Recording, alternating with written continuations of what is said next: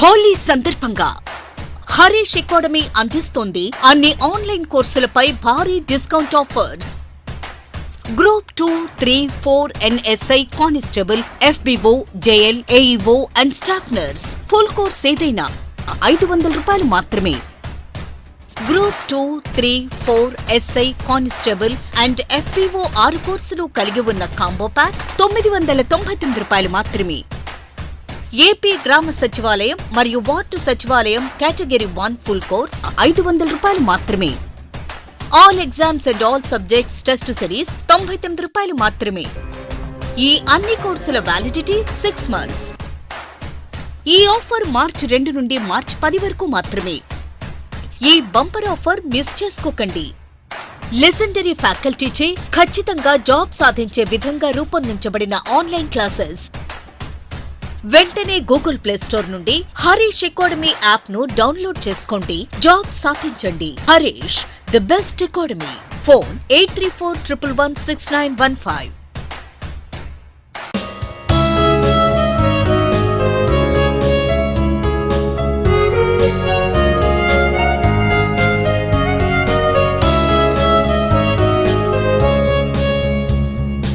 Harish, the best academy.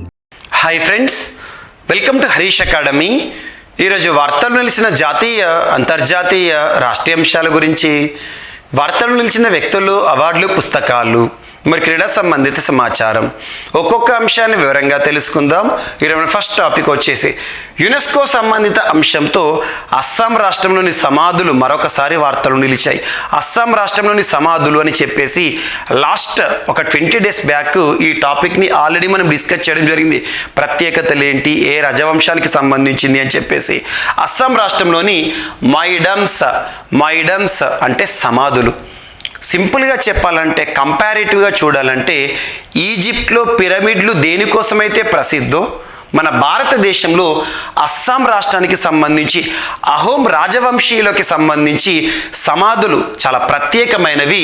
మైడమ్స్ అనే పేరుతో మనకు తరచూ వార్తలు నిలుస్తున్నాయి. యునెస్కో సంబంధిత అంశంతో వార్తలు నిలిచాయి అంటున్నాను. సో ఇక్కడ ఈ టాపిక్లోకి ఎంటర్ అయ్యే ముందు యునెస్కోకి సంబంధించి కొన్ని బేసిక్స్ చూసి ఎగ్జామినేషన్ పాయింట్ ఆఫ్ వ్యూలో వేటిపైన ఫోకస్ చేస్తాడో ఈ టాపిక్ని డిస్కస్ చేయడం జరుగుతుంది. సో యునెస్కో అంటున్నాను, United Nations educational, scientific, cultural organisation. United Nations ఈ 2 letersతో ఏ సంస్థ అయినా వార్తలు నిలిస్తే ఆ సంస్థ యొక్క ప్రధాన కేంద్రం ఎక్కడుందో ఖచ్చితంగా చదవాల్సిందే, నేర్చుకోవాల్సిందే. యునైటెడ్ నేషన్స్ అంటే ఐక్యరాజ్య సమితి. ఐక్యరాజ్య సమితికి అనుబంధంగా పనిచేస్తున్న సంస్థ యునెస్కో. దీని యొక్క యాక్రోనిమ్ ఏంటి, ఫుల్ ఫామ్ ఏంటి? United Nations educational, scientific, cultural organisation. ప్రపంచవ్యాప్తంగా చరిత్రకు, సంస్కృతికి, వారసత్వానికి నిలువుటద్దంగా నిదర్శనమిస్తున్న పురాతన ప్రాంతాలు ఏవైతే ఉంటాయో, కట్టడాలు ఏవైతే ఉంటాయో, దేవాలయాలు ఏవైతే ఉంటాయో, ప్రత్యేకమైన అంశాలను ఎక్కువగా మనం యునెస్కో సంబంధిత ప్రాంతాలుగా వార్తల్లో చూస్తూ ఉంటాం. యునెస్కో వరల్డ్ హెరిటేజ్ సైట్స్ అని చెప్పేసి, యునెస్కో వరల్డ్ హెరిటేజ్ సెంటర్ అని చెప్పేసి, యునెస్కో వరల్డ్ హెరిటేజ్ సిటీస్ అని చెప్పేసి. సో యునెస్కో గుర్తింపు పొందుతూ ఒక ప్రాంతం వార్తల్లోకి వచ్చింది, ఒక కట్టడం వార్తల్లోకి వచ్చింది అంటే అది ప్రపంచవ్యాప్తంగా అంతర్జాతీయ స్థాయిలో గుర్తింపు పొందింది అన్నట్టే. ఈరోజు యునెస్కో వార్తల్లోకి వచ్చింది. దీని యొక్క ప్రధాన కేంద్రం ఎక్కడ? ప్యారిస్. ప్యారిస్ ఎక్కడ ఉంది? ఫ్రాన్స్. సో ఫ్రాన్స్ దేశ కేంద్రంగా పనిచేస్తున్న యునెస్కో ఏ సంవత్సరంలో ఏర్పాటైంది? 1945 November 16th రోజున ఏర్పాటైన ఒక అంతర్జాతీయ సంస్థ. హిస్టారికల్ మాన్యుమెంట్స్ని, హిస్టారికల్ కన్స్ట్రక్షన్స్ని గుర్తించే సంస్థ, చరిత్ర, సంస్కృతి సంబంధించి. సో ఈ యునెస్కోకి సంబంధించి లాస్ట్ ఒక 20 days బ్యాక్ మనం డిస్కస్ చేసిన అంశాలు మొత్తం కూడా ఈ టాపిక్ని మనం డిస్కస్ చేసాం. అహోం రాజవంశీయులు అని చెప్పేసేసి ఈ సమాధులు ఏవైతే ఉంటే వాటి యొక్క ప్రత్యేకతలు మరొకసారి చూద్దాం. అస్సాం రాష్ట్రానికి సంబంధించి ఒకప్పుడు చరిత్రలో అస్సాం ప్రాంతం అహోం రాజవంశీయుల చేతిలో ఉండేది, వారిచే పరిపాలించబడేది. అప్పుడు వారికి సంబంధించిన సమాధులు ఏవైతే ఉంటే వాటిని మైడమ్స్ అనేవారు. సో వాటికి సంబంధించి ఇటీవల యునెస్కో ప్రపంచ వారసత్వ సంపదగా గుర్తించాలి అని చెప్పేసి భారతదేశం అభ్యర్థించింది, రిక్వెస్ట్ చేశారు యునెస్కోని. ఇటీవల ఇన్స్పెక్షన్ పూర్తయింది. ఆ ఇన్స్పెక్షన్లో టెక్నికల్గా ఫిట్ అవుతూ ఈరోజు వార్తలు నిలిచింది. సో టెక్నికల్గా క్లియరెన్స్ దక్కడం జరిగింది. టెక్నికల్ క్లియరెన్స్ అంటే if my guess is right, ఖచ్చితంగా వెరీ షార్ట్ టైంలోనే, అత్యంత త్వరలోనే ఈ మైడమ్స్ భారతదేశంలో గుర్తింపు పొందబోతున్న ప్రపంచ వారసత్వ సంపదగా చూడబోతున్నాం. ఇప్పటికే భారతదేశంలో యునెస్కో 40 వరల్డ్ హెరిటేజ్ సైట్స్ని గుర్తించింది. ప్రపంచ వారసత్వ సంపద హోదా ఇచ్చింది 40. అందులో 39వది మన తెలుగు రాష్ట్రాల్లోనే మొట్టమొదటిది Ramappa, and at the same time 40వది గుజరాత్ రాష్ట్రంలోని ధోలవీర. ఇటీవల భారత ప్రభుత్వం భారతదేశంలోని కొన్ని చరిత్రకు సంబంధించిన ప్రాంతాలను యునెస్కో దృష్టికి తీసుకెళ్ళడం జరిగింది. అలా గుజరాత్ రాష్ట్రానికి సంబంధించి మొదరా కానివ్వండి, అండ్ సూర్య దేవాలయం కానివ్వండి, త్రిపుర రాష్ట్రంలోని ఉనాకోటి కానివ్వండి, వాటితో పాటు అస్సాం రాష్ట్రంలోని మైదమ్స్ని కూడా యునెస్కో దృష్టికి తీసుకెళ్ళింది భారత ప్రభుత్వము. అందులో భాగంగా టెక్నికల్గా దీనికి క్లియరెన్స్ ఇచ్చింది యునెస్కో. అతి త్వరలో ప్రపంచ వారసత్వ సంపదగా కూడా గుర్తింపు పొందే అవకాశాలు ఉన్నాయి. సో చూడండి, maidams enshrine the mortal remains of Ahom royalty, Ahom రాజవంశీయుల యొక్క సమాధులు అని చెప్పొచ్చు, వారి యొక్క మోర్టల్ రిమైన్స్. సో గుర్తుంచుకోండి, శవాల దిబ్బలు అని చెప్పుకోవచ్చు. So Assam's pyramid like structures known as maidams or moidams have met all the technical requirements of UNESCO World Heritage Center. ప్రపంచ వారసత్వ సంపదగా గుర్తింపు పొందడానికి అవసరమైన అన్ని సాంకేతిక పరమైన కనీస ప్రమాణాలను ఈ ప్రాంతం అనేది ఇటీవల ఫుల్ఫిల్ చేసిందంట. కాబట్టి అతి త్వరలో ప్రత్యేకంగా మరొకసారి చూడబోతున్నాం.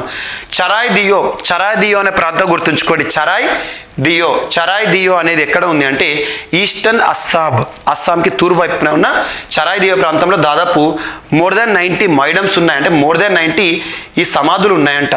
వాటిని కలెక్టివ్గా గుర్తించబోతోంది యునెస్కో అని గుర్తుంచుకోండి. So very very important. దీనికి సంబంధించిన చరిత్ర ఏదైతే ఉంటుందో ఆల్రెడీ మనం డిస్కస్ చేసాం కాబట్టి 20 డేస్ బ్యాక్. మీకు జస్ట్ ఈరోజు యునెస్కోకి సంబంధించి చరాయ్ దియో ప్రాంతంలోని మైడమ్స్ అనే అంశాన్ని మరొకసారి తీసుకురావడం జరిగింది. సో చూడండి. అండ్ నెక్స్ట్, ఈరోజు వార్తలు నిలిచిన ఒక ప్రత్యేకమైన మెడిసిన్ అంతర్జాతీయ స్థాయిలో ఈరోజు దాదాపు అన్ని వార్తాపత్రికల్లో కూడా దర్శనమిచ్చింది. జాతీయ వార్తాపత్రికల్లో ఒజెంపిక్ అనే అంశం, ఒజెంపిక్ ఇంజెక్షన్ వార్తలోకి వచ్చింది. ముఖ్యంగా వార్తల్లో నిలిచిన డ్రగ్స్ కానీ ఫార్మా రిలేటెడ్ ఏవి ఉన్నా కూడా చూడండి, వ్యాక్సిన్స్ కానివ్వండి. ఒజెంపిక్ ఇంజెక్షన్ ఇటీవల వార్తలోకి వచ్చింది. ఎందుకంటే దీని యొక్క సివియర్ షార్టేజ్ అంట. షార్టేజ్ అంటే ఏంటి? ఇవి అందుబాటులో దొరకడం లేదంట. సో ఎందుకు అంటే ఇటీవల సోషల్ మీడియా ప్లాట్ఫామ్లో చాలా వరకు కూడా దీని గురించి అవేర్నెస్ వచ్చింది. ఈ ఒజెంపిక్ అనేది ఎవరికి వాడతారని, ముఖ్యంగా టైప్ 2 డయాబెటీస్ పేషెంట్స్ ఎవరైతే ఉంటారో వారికి ట్రీట్మెంట్లో భాగంగా దీన్ని వాడడం జరుగుతుంది. సో చూడండి, ట్రీట్స్ టైప్ 2 డయాబెటీస్ అంటే టైప్ 2 డయాబెటీస్ని నయం చేస్తుంది. ముఖ్యంగా ఫేసింగ్ గ్లోబల్ షార్టేజ్, ప్రపంచవ్యాప్తంగా షార్టేజ్ ఉందంట. కారణం ఏంటి? Due to popularity on social మీడియాలో దీనికి చాలా వరకు కూడా విస్తృతంగా ప్రచారం కల్పించడం వల్ల. సో ఈ ఒజెంపిక్ని ఎవరు తయారు చేశారంటే డానిష్ ఫార్మాస్యూటికల్ సంస్థ, డెన్మార్క్కి సంబంధించిన ఫార్మాస్యూటికల్ కంపెనీ నోవో నార్డిస్క్ అనే సంస్థ, ఇక్కడ చూడండి, నోవో నార్డిక్స్ అనే సంస్థ వారు తయారు చేశారు.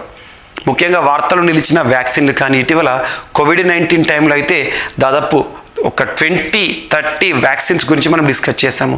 మెడిసిన్స్ గురించి, ట్యాబ్లెట్స్ గురించి డిస్కస్ చేసాము. ఇటీవల కాలంలో మొట్టమొదటి అనే అంశంతో వార్తలు ఇచ్చిన మెడిసిన్స్ కానీ సర్వావ్యాక్ కానివ్వండి, లంపీ ప్రోవ్యాక్ కానివ్వండి, కోవాక్సిన్ కానివ్వండి, ఇటువంటివి ఖచ్చితంగా చూడండి ఎగ్జామినేషన్లో వస్తాయి. మెడిసిన్ రిలేటెడ్, ఫార్మా రిలేటెడ్ ఖచ్చితంగా క్వశ్చన్ వస్తుంది. సో ఇదొకటి ఈరోజు ఇంపార్టెంట్. షార్టేజ్, సివియర్ షార్టేజ్ అంట. అండ్ నెక్స్ట్, నానో లిక్విడ్ డిఏపికి కేంద్రం ఆమోదం తెలిపింది. నానో లిక్విడ్ డిఏపికి. సో నానో లిక్విడ్ డిఏపికి కేంద్రం ఆమోదం తెలిపింది. ఈ మేరకు రసాయన ఎరువుల శాఖకి ప్రస్తుతం కన్సర్న్ మినిస్టర్గా ఎవరు డ్యూటీ డిశ్చార్జ్ చేస్తున్నారు, ఎవరు బాధ్యతలు నిర్వర్తిస్తున్నారు? Ministry of health and family welfare కూడా తనే, మన్సుఖ్ మాండవీయ. కేంద్ర రసాయన మరియు ఎరువుల శాఖ మంత్రి మన్సుఖ్ మాండవీయ ట్విట్టర్లో పేర్కొన్నారు. కేంద్ర ప్రభుత్వం దీనికి ఆమోదం తెలిపిందంట. ఈ ఎరువుతో రైతులకు మేలు జరుగుతుందని, తద్వారా దేశం స్వయం సమృద్ధిగా సాగుతుందని అన్నారు. ఇప్పటికే నానో లిక్విడ్ యూరియాకి ఇచ్చారు. నానో లిక్విడ్ యూరియాను మరియు నానో డిఏపిని, లిక్విడ్ డిఏపిని తయారు చేసే సంస్థ గుర్తుంచుకోండి, IFFCO, Indian farmers and fertilisers cooperative limited. IFFCO New Delhi కేంద్రంగా పనిచేస్తుంది. వీరు తయారు చేశారు. లిక్విడ్ యూరియా అని చెప్పేసి లాస్ట్ ఒక 6 months బ్యాక్ మనం చూసాం, శ్రీలంకకి కూడా పంపించడం జరిగింది. Very very important. Nano liquid యూరియాకు అనుమతులు జారీ చేశాం. తాజాగా నానో డిఏపికి కూడా అనుమతులు ఇచ్చామని మంత్రి గారు చెప్పడం జరిగింది. నానో డిఏపి భారత వ్యవసాయ ముఖ చిత్రాన్ని మార్చేస్తుందని ఇఫ్కో సంస్థ పేర్కొనడం జరిగింది. నానో డిఏపి లిక్విడ్ 500 ml 500 mlలోనూ సీసా రూపంలో దొరుకుతాయి. ఒక్కో సీసా ఖరీదు 600 ఉంటుంది. ఈ ఖరీదులు మనకు అవసరం లేదు. నానో లిక్విడ్ డిఏపికి కేంద్ర ప్రభుత్వం, డిఏపి అంతకుముందు గతంలో నానో లిక్విడ్ యూరియాకి ఆమోదం తెలిపింది. మార్కెట్లో కూడా అందుబాటులో ఉంది, గుర్తుంచుకోండి. And Australia India research students అనే ఒక ఫెలోషిప్ ప్రోగ్రాం వార్తలోకి వచ్చింది. ఫెలోషిప్ 2 దేశాలకి సంబంధించి సత్సంబంధాల్లో భాగంగా భారత్ ఆస్ట్రేలియాకి సంబంధించి Australia India research students fellowship programme. దీనికి ఫండింగ్, ఈ ఫెలోషిప్ ఎవరిస్తున్నారంటే funded by Australian government of education. Australia విద్యాశాఖ వారు ఫండింగ్ ఇస్తున్నారు స్కాలర్షిప్లు ఫెలోషిప్లో భాగంగా. Promotes research collaborations and student mobility between India and Australia. Australia మరియు ఇండియా ఈ దేశంలోని విద్యార్థులు ఎవరైతే ఉంటారో వారికి సంబంధించి ఎడ్యుకేషన్ కానీ టెక్నికాలిటీ కానివ్వండి సహాయం అందించడంలో భాగంగా ఈ ప్రోగ్రామ్ అనేది యూస్ఫుల్ అవుతుందని చెప్పేసి చెప్పడం జరుగుతుంది. Australia India research students fellowship programme. And next phytoplankton blooms increase in size in 21st century. 21వ శతాబ్దంలో ప్లాంక్ట్స్ మనకి ఏవైతే ఉంటాయో చిన్న చిన్నగా ఫైటోప్లాంక్టన్ అనేవి వీటి యొక్క విస్తీర్ణం పెరుగుతుందంట. So coastal phytoplankton blooms increased in both their size and their frequency between 2003 to 2020. 2003కి 2020 దాదాపు 17 సంవత్సరాల మధ్యకాలంలో ఫైటోప్లాంక్టన్స్ ఏవైతే ఉంటాయో వాటి యొక్క విస్తీర్ణం పెరుగుతుందంట అండ్ వాటి యొక్క ఫ్రీక్వెన్సీ కూడా పెరుగుతుందని చెప్పేసి నేచర్ మ్యాగజైన్ వారు విడుదల చేసిన ఒక అంశం చెప్పడం జరిగింది. Researchers created a comprehensive map of Bloom distribution and trends assessing 7,60,000 satellite images. గుర్తుంచుకోండి, జస్ట్ ఫైటోప్లాంక్టన్ ఇంక్రీజ్ అవుతున్నాయంట, వాటి యొక్క విస్తీర్ణం పెరుగుతుందని చెప్పేసి గణాంకాలు. సో ఈ టాపిక్ అంత పెద్దగా ఎగ్జామినేషన్ ఇంపార్టెంట్ కాదు, బట్ డైలీ కరెంట్ అఫైర్స్ సమాచారం కోసం కొన్ని అంశాలు నేర్చుకోవాల్సి ఉంటుంది. చూడండి, మీకు బయాలజీలో ఫైటోప్లాంక్టన్ అంటే ఏంటి, ఇవన్నీ కూడా వర్గీకరణలు చూడండి.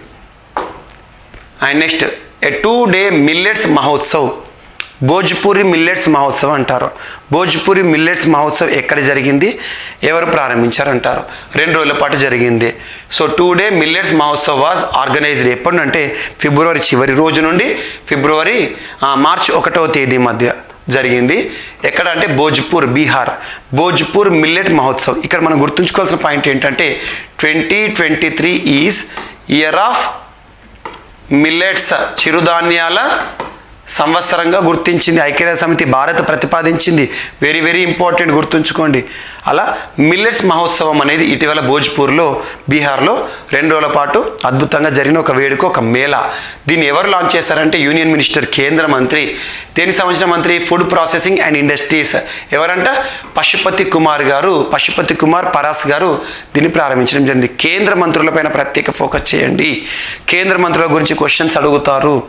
ఇటీవల TSLPRBకి సంబంధించి ఎగ్జామినేషన్లకు కూడా కేంద్ర మంత్రుల పేర్లు ఇచ్చారు, వారి యొక్క పోర్ట్ఫోలియోస్ ఇచ్చారు. మ్యాచ్ చేయాల్సి ఉంటుంది, ఖచ్చితంగా గుర్తుంచుకోండి. అండ్ ఇంకోటి ఏంటంటే మీకు రెగ్యులర్గా ఇటీవల కాలంలో మన Praveen sir classes YouTube channel, Praveen sir classes YouTube ఛానల్లో నేను లైవ్లోకి వస్తున్నాను. కొన్ని important topics, current polity, current history and కొన్ని live sessions, important live sessions రానున్న పోటీ పరిస్థితి దృష్టిలో ఉంచుకొని లైవ్లో తీసుకొస్తున్నాను. ఈ ఛానల్ ఇప్పటివరకు సబ్స్క్రైబ్ చేసుకునే వారు ఉంటే ఈరోజు సబ్స్క్రైబ్ చేసుకోండి. రెగ్యులర్గా వీడియోస్ చూడండి. ఖచ్చితంగా కాంటెంపరీ రివ్యూస్ మీకు ఎక్కువగా ఇస్తున్నాను, ఓకేనా. ఇది భోజ్పూర్ మహోత్సవ్. ఇటువంటి మహోత్సవాల గురించి ప్రత్యేకంగా చూడండి. తేదీలు, ప్రాముఖ్యతలు, థీమ్స్, మహోత్సవాలు, ఇటీవల వార్తలు ఇచ్చిన వాటిని ఖచ్చితంగా ఫోకస్ చేస్తూ చూడండి. అండ్ నెక్స్ట్ క్రీడల విషయానికి వస్తే కర్ణాటక దాదాపు 54 సంవత్సరాల తరువాత సంతోష్ ట్రోఫీ దేశవాళీ football tourney, football Santosh trophy ఏ క్రీడకి సంబంధించి అంటారు? Ranji cricket. Santosh trophy for what అంటే ఫుట్బాల్. దేశవాళీ ట్రోఫీ, సంతోష్ ట్రోఫీ టోర్నీని దాదాపు 54 సంవత్సరాల తర్వాత ఏ జట్టు గెలుచుకుందంట? కర్ణాటక జట్టు. ఎవరిపైన గెలుపొందిందంటే మేఘాలయ పైన. 3-1 తేడాతో 3 పాయింట్లేమో 3 గోల్స్ ఏమో కర్ణాటక, 1 గోల్ మేఘాలయ. ఎక్కడ జరిగింది టోర్నమెంట్ అంటే రియాద్ రియాద్ ఎక్కడ? సౌదీ అరేబియా యొక్క క్యాపిటల్. ఇటీవలనే ముఖాబ్ అని చెప్పేసి అతిపెద్ద పట్టణ నిర్మాణం అని చెప్పాను అక్కడ. సో ఈ దేశవాళీ టోర్నీ, మన భారత దేశవాళీ టోర్నీ ముగిసింది. ఫైనల్లో ప్రత్యర్థి ఎవరు? మేఘాలయ. విజేత ఎవరు? కర్ణాటక. 3-1 తేడాతో గెలిచారు. మరి ఈ సంవత్సరం ముగిసిన సంతోష్ ట్రోఫీ ఎన్నవ ఎడిషన్ అంటే 76th నేషనల్ ఫుట్బాల్ ఛాంపియన్షిప్. గుర్తుంచుకోండి, 76th. అండ్ ఎక్కడ జరిగిందంటే మైదానం పేరు కొంత డీటెయిల్గా కింగ్ ఫహద్ ఇంటర్నేషనల్ స్టేడియంలో జరిగింది. దాదాపు కర్ణాటక జట్టు 54 సంవత్సరాల తర్వాత సంతోష్ ట్రోఫీ గెలుచుంది. ఖచ్చితంగా ఇంపార్టెంట్. చివరిసారి 1968-69లో గెలుపొందింది సంతోష్ ట్రోఫీని కర్ణాటక. Very very important. ఈ సంవత్సరం 76th edition. And next Rashtriya అంశాల భాగంగా తెలంగాణ రాష్ట్ర ప్రభుత్వం ప్రకటించిన ఒక నూతన పథకం మహిళలకి సంబంధించి. రానున్న మార్చి 8 అంతర్జాతీయ మహిళా దినోత్సవం సందర్భంగా మహిళల కోసం ఒక ప్రత్యేకమైన ప్రోగ్రాంని తీసుకొస్తుంది. పథకాన్ని ఆరోగ్య మహిళలకి సంబంధించి 8 రకాల ప్రత్యేకమైన ట్రీట్మెంట్స్ ఇవ్వడం, 8 రకాల సమస్యలకు పరిష్కారం వెతకడం, డయాగ్నోసిస్ చేయడము, మహిళలకు సంబంధించి ప్రత్యేకమైన క్లినిక్లను ఏవైతే ఏర్పాటు చేయడం, అలా మహిళలకు సంబంధించి ఒక ప్రత్యేక పథకాన్ని ప్రారంభించబోతున్నాం అని చెప్పేసి నిన్నటి రోజున హరీష్ రావు గారు, రాష్ట్ర వైద్య ఆరోగ్య శాఖ మంత్రి, తెలంగాణ రాష్ట్రానికి సంబంధించి విధులు నిర్వర్తిస్తున్న హరీష్ రావు గారు చెప్పడం జరిగింది. ఆరోగ్య మహిళ ఈ ప్రోగ్రాం లాంచ్ అయిన తర్వాత, మార్చి 8న లాంచ్ అయిన తర్వాత ఈ ప్రోగ్రాం యొక్క గైడ్ లైన్స్ అవన్నీ కూడా తెలుస్తుంది. ముఖ్యంగా ఎవరి కోసం అంట? మహిళలకు సంబంధించి. గుర్తుంచుకోండి. And Sheikh Ahmad Nawaf Al Sabah, Sheikh Ahmad Nawaf Al Sabah ఇటీవల ఏ దేశానికి నూతనంగా ప్రధానిగా వార్తల్లోకి వచ్చారు అని అంటారు? న్యూ గవర్నమెంట్ ఏర్పాటు చేశారంటే కువైట్ ఎమిరేట్. సో కువైట్కి సంబంధించి నూతన ప్రధానిగా వార్తలు నిలిచిన వ్యక్తి పేరు ఏంటంటే Sheikh Ahmad Nawaf Al Sabah. పేరు గుర్తుంచుకోండి సరిపోతుంది. గుర్తుంచుకోవాల్సిన అవసరం లేదు, గుర్తుపట్టండి ఎగ్జామినేషన్లో. కువైట్ నూతన ప్రభుత్వాన్ని ఏర్పాటు చేశారు. సో ఇవి ఫ్రెండ్స్ ఈరోజు వార్తలు ఇచ్చిన అంశాలు. ఒకసారి ర్యాపిడ్గా చూస్తే అస్సాం రాష్ట్రానికి సంబంధించి మైదమ్స్ వార్తల్లోకి వచ్చాయి. అండ్ ఒజెంపిక్ ఇంజెక్షన్ ఇటీవల వార్తలోకి వచ్చింది. డెనిష్ సంస్థ తయారు చేసిన ఇంజెక్షన్. నానో లిక్విడ్ డిఏపికి కేంద్ర ప్రభుత్వం ఆమోదం అనే అంశం. And Australia India research students fellowship programme. And phytoplankton blooms increase in size in 21st century అని నేచర్ మ్యాగజైన్ వారు ఇచ్చిన అంశము. అండ్ 2 రోజుల పాటు ముగిసిన భోజ్పురి మిల్లెట్ మహోత్సవ్. కర్ణాటక గెలుపొందిన Santosh trophy 76th edition national football tourney. Santosh trophy గెలుపొందుతూ వార్తలోకి వచ్చిన కర్ణాటక జట్టు 54 సంవత్సరాల తర్వాత టైటిల్ని కైవసం చేసుకుంది. ఫైనల్ ఎవరంటే మేఘాలయ. ఎక్కడ జరిగిందంటే Riyadh, Saudi Arabia. And next Telangana ప్రభుత్వం ప్రారంభించనున్న మహిళల కోసం ప్రత్యేకమైన అంశము ఆరోగ్య మహిళ. మార్చి 8 రోజున మనం చూడబోతున్నాం. And Sheikh Ahmad Nawaf Al Sabah ఇటీవల ఏ దేశానికి నూతన ప్రభుత్వం అధినేతగా ప్రధానిగా వార్తల్లోకి వచ్చారు అంటే కువైట్. గుర్తుంచుకోండి. సో ఇవి ఫ్రెండ్స్ ఈరోజు వార్తలు నిలిచిన అంశాలు. మిస్లేనియస్ అంశాలు ఏమైనా మిగిలిపోతే మాత్రం రేపటి క్లాస్లో జోడించి మళ్ళీ నేర్చుకుందాం. రేపు కలుద్దాం. Thank you.